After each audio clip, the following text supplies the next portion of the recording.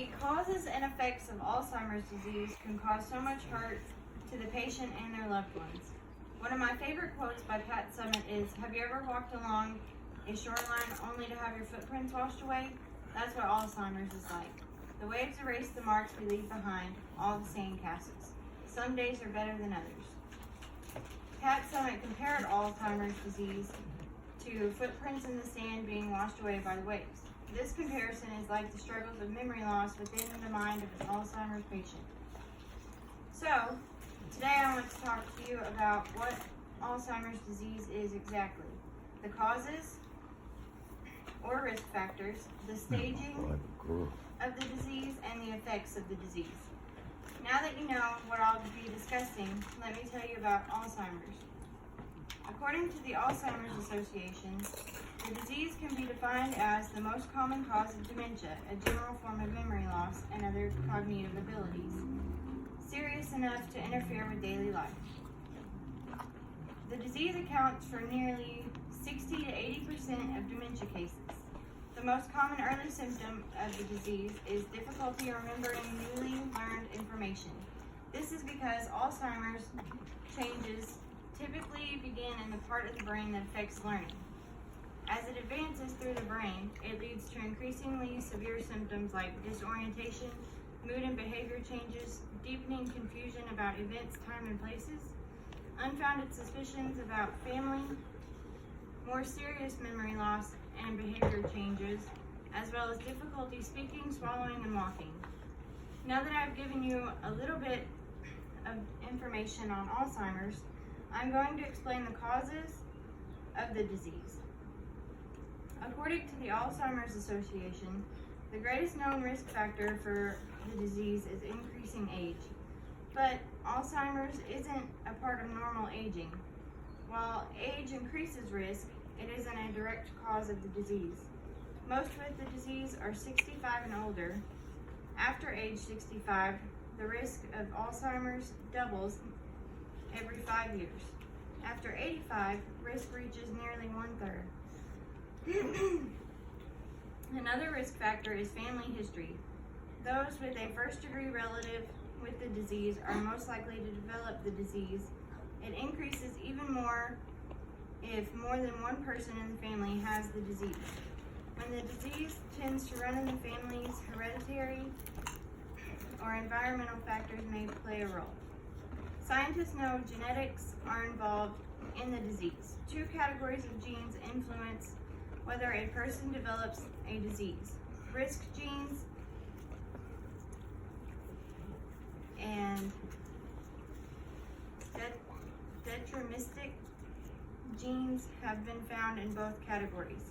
It is estimated that less than 1% of Alzheimer's cases are caused by deterministic genes. Now that I have explained causes and risk factors, let's talk about the 7 stages. According to the Alzheimer's Association, stage 1 is the no impairment stage.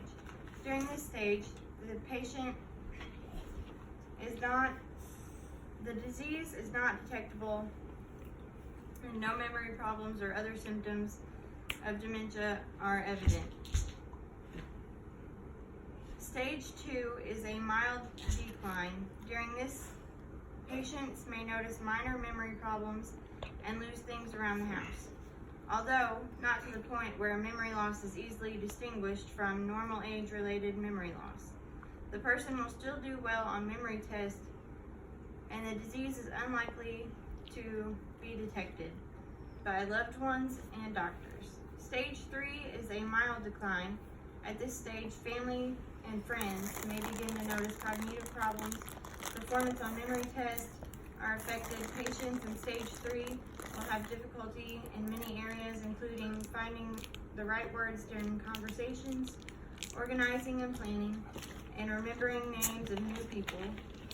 Stage 4 is a moderate decline. In stage 4 of Alzheimer's, clear-cut symptoms of the disease are apparent.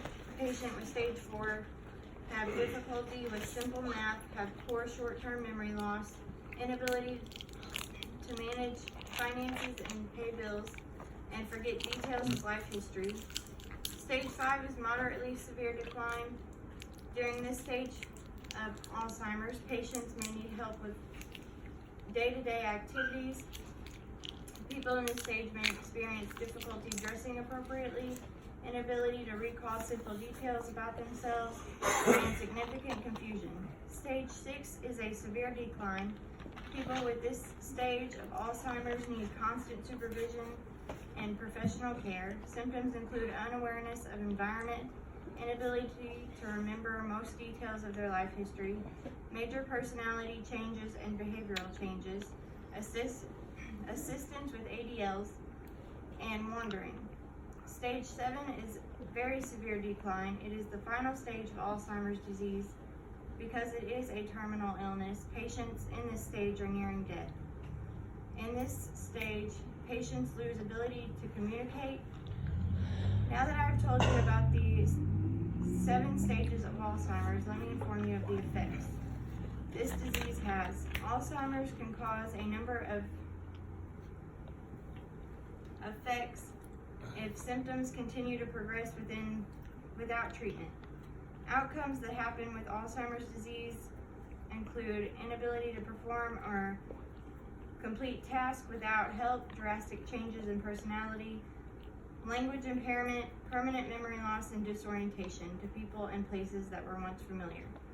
I've told you about Alzheimer's, a genetic disease. What is Alzheimer's? Causes and risk factors, staging, and the effects of Alzheimer's. Thank you.